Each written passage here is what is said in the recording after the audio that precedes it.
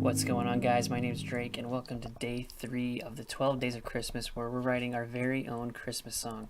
If you haven't seen the previous 2 episodes, I will link it down in the description below. Make sure to go check that out. And we're going to get started right away. So if you remember, in the last episode, we laid out our chords, made basic triads, and then we added suspensions to make it flow a little bit better. So what we're going to do today is we're actually going to extend these chords so that we're playing with the right hand too, because right now this will be what we'll be playing in our left hand. And we want to make sure that our right hand's doing something as well as adding a fuller sound to the chords. So the first thing you're going to want to do is decide how the right hand fits along with the left hand. And since we've got our left hand already written out, you can do this a couple different ways. You can have the right hand match the left hand so that it changes with each harmonic change going along with the progression, or you can have it play suspensions in the right hand and change in the left hand. But I think what we're going to do is we're actually going to match this top line of notes here. So I'm going to use a G as a reference for right now, and I'm going to stretch it all the way out so that it matches this first A, right? So it's not actually going to change right here or right here to match the left hand, and it's actually just going to create syncopation by doing this. So we're going to do the same thing so that it matches this B and then the C, creating more syncopation by not switching on either of those changes. And right here, and then finally right there. Alright, so we've got that first rhythm laid out. Now what we want to do is we want to place the notes. So we're going to take a look at this first chord here, right, which is a D minor. So it includes a D, F, and an A. And what we're actually going to do is we don't want to play, for sure, we don't want to play this F, because this is a Christmas song. We want it to be uplifting and happy. And since that's a minor chord, the third of a minor chord is actually what makes it sad. You see, if we switch this up to an F sharp, it's actually a major chord now. It's going to sound happier. So the F makes it minor and it makes it sad. So what we're going to do is we're not going to play that F. So we could either play the D or the A. Or we could extend it even further and go a third above that A, which would be the 7th. That'll be the C. So I think we're going to try that and see how that sounds.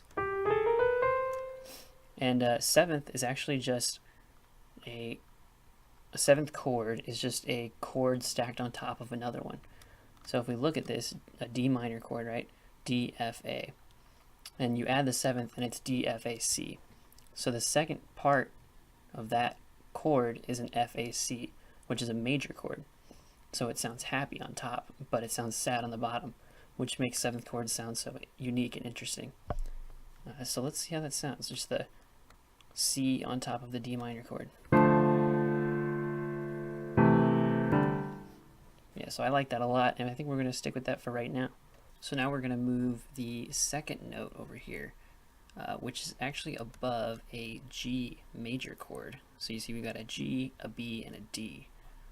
So since it's a major chord and we want it to sound happy, we're actually going to use that third this time, which will be the B. So we'll just put that right there.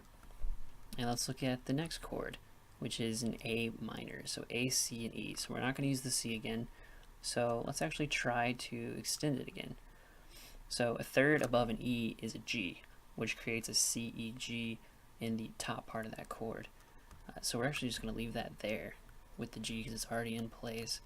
So that creates an A minor 7. Then let's look at the next chord, which will be a D minor. So we could do the same thing again where we go up to the C, or we could play a D or an A that time, or we could go further and extend it to a 9th, and that would be the E. But let's see how it sounds with the C first. I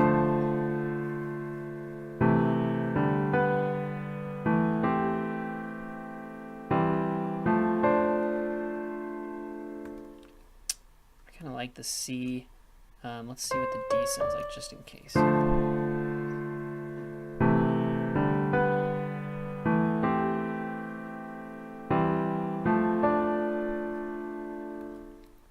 like the D a lot better, so we're going to go with the D for this one. And then we can look at our last chord here, which is an A minor again. So we've already got the G there, or we can play an A, which will actually lead really nicely into a loop because it's a D minor and an A would be the fifth.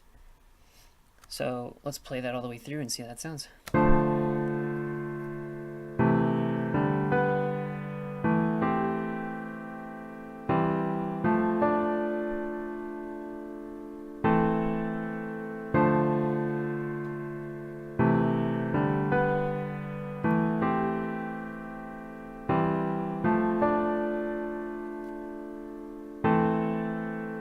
Alright, well, I think that's good for today. If you learned anything today, make sure to hit the like button, subscribe, turn on notifications, and make sure to tune in tomorrow for day 4 of the 12 Days of Christmas, where we're writing our very own Christmas song. And I'll see you guys later.